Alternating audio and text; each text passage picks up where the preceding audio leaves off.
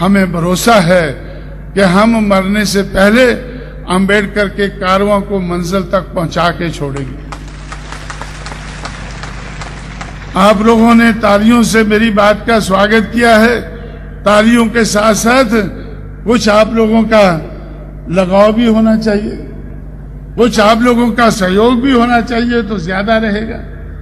लेकिन मुझे भरोसा है कि हम आप लोगों के सहयोग के बगैर भी इस कारवां को मंजिल तक पहुंचाकर छोड़ेंगे। जब वो मंजिल पर पहुंच जाएगा, जब बहुजन समाज इस देश का हुक्मरान बन जाएगा, उस दिन आप लोगों ने कम से कम उस दिन तो मेरी बात को याद कर लेना।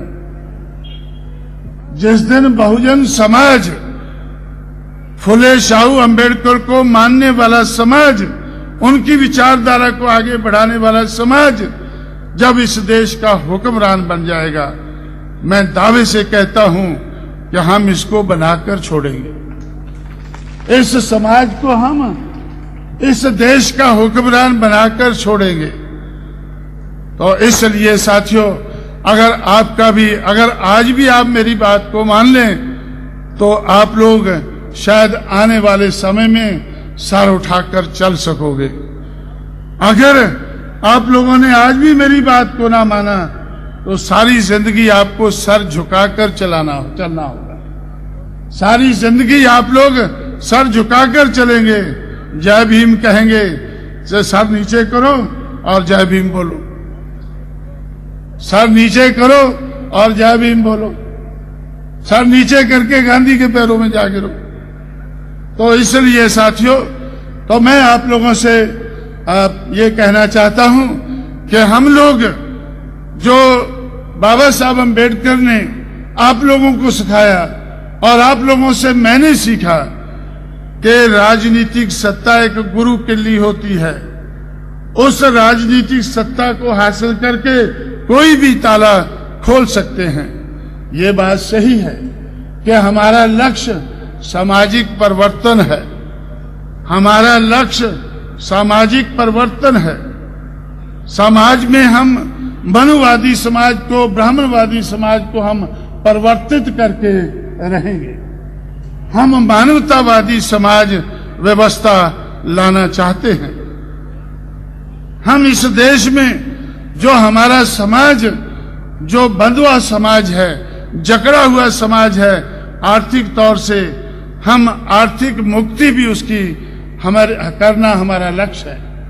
अगर हमने अपने समाज को, बहुजन समाज को, अगर हमने मानवतावादी समाज व्यवस्था देनी है, अगर हमें उनकी आर्थिक तौर पर बेड़ियां तोड़नी है, उनको मुक्ति देनी है, तो फिर गुरु किल्ली का हाथ में होना जरूरी है।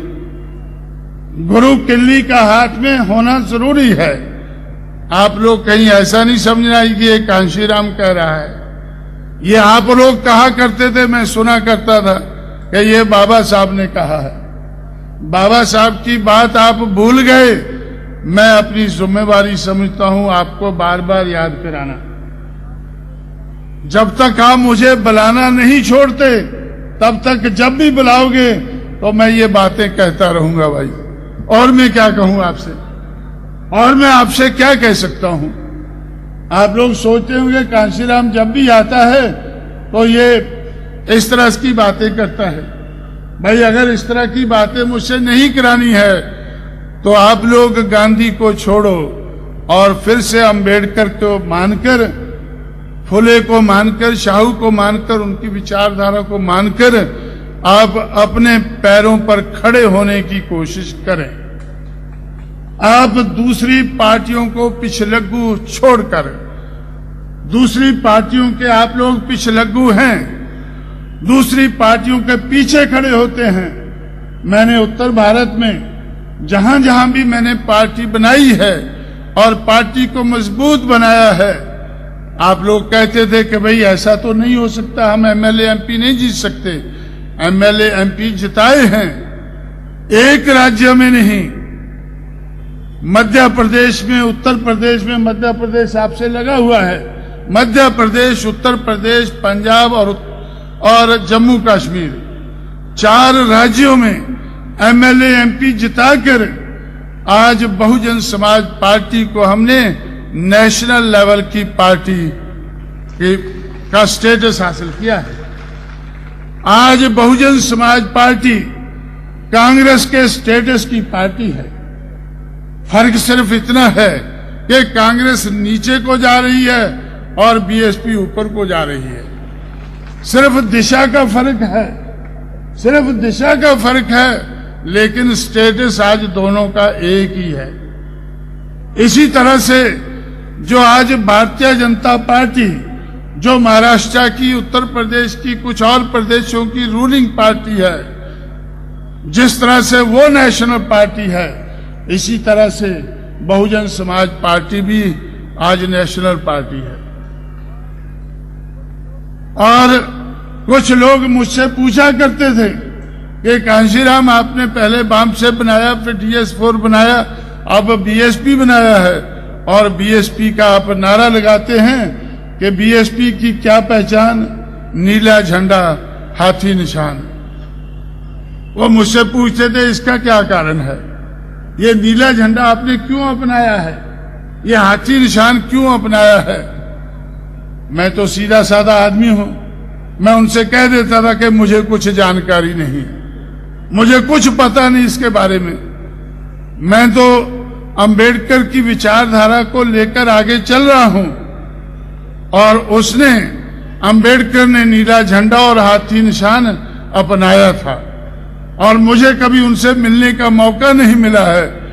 मैं पूछ नहीं पाया हूं, जिससे पूछा हूं वो मुझे बता नहीं पाया है कि नीला झंडा हाथी निशान क्यों है। नीला झंडा हाथी निशान अगर पूछना है तो अंबेडकर से पूछना होगा। मैंने इसके ऊपर अपना दिमाग नहीं लड़ाया है। मैं ये सोचता हूं कि जिन बातों पर फुले ने दिमाग लड़ाया है, जिन बातों पर शाहू महाराज ने ध्यान लगाया है, पेरियार ने लगाया है, अंबेडकर ने लगाया है, तो मुझे दिमाग लड़ाने की जरूरत नहीं है, सीधे सीधे अपना लेना है। अगर पेरियार ने सेल्फ रिस्पेक्ट मूवमेंट चलाई है, मुझे पसंद आई है, इसलिए मैंने सेल्फ रिस्पेक्ट मूवमेंट को अपनाया है। अब पूछना है तो पेरियार से पूछो कि उसने सेल्फ रिस्पेक्ट मूवमेंट क्यों चलाई है। अगर पूछना है तो अंबेडकर से पूछो कि उसने नीला झंडा और हाथी निशान क्यों अपनाया है। और मैं तो दिमाग नहीं लड़ाना चाहता हूं, मेरा दिमाग तो आगे चलना चाहिए, पीछे को चलने की जरूरत नहीं है। जो काम हमारे बुजुर्गों ने कर दिया है हमारे लिए, तो उसके ऊपर हमें अपनी दिमागी या फिजिकल ताकत नहीं लगानी है। इसलिए साथियों, मैंने उत्तर प्रदेश में, दूसरे प्रदेशों में, नॉर्थ इंडिया में ये नारा लगवाना लोगों से शुरू किया कि बीएसपी की क्या पहचान, नीला झंडा हाथी निशान।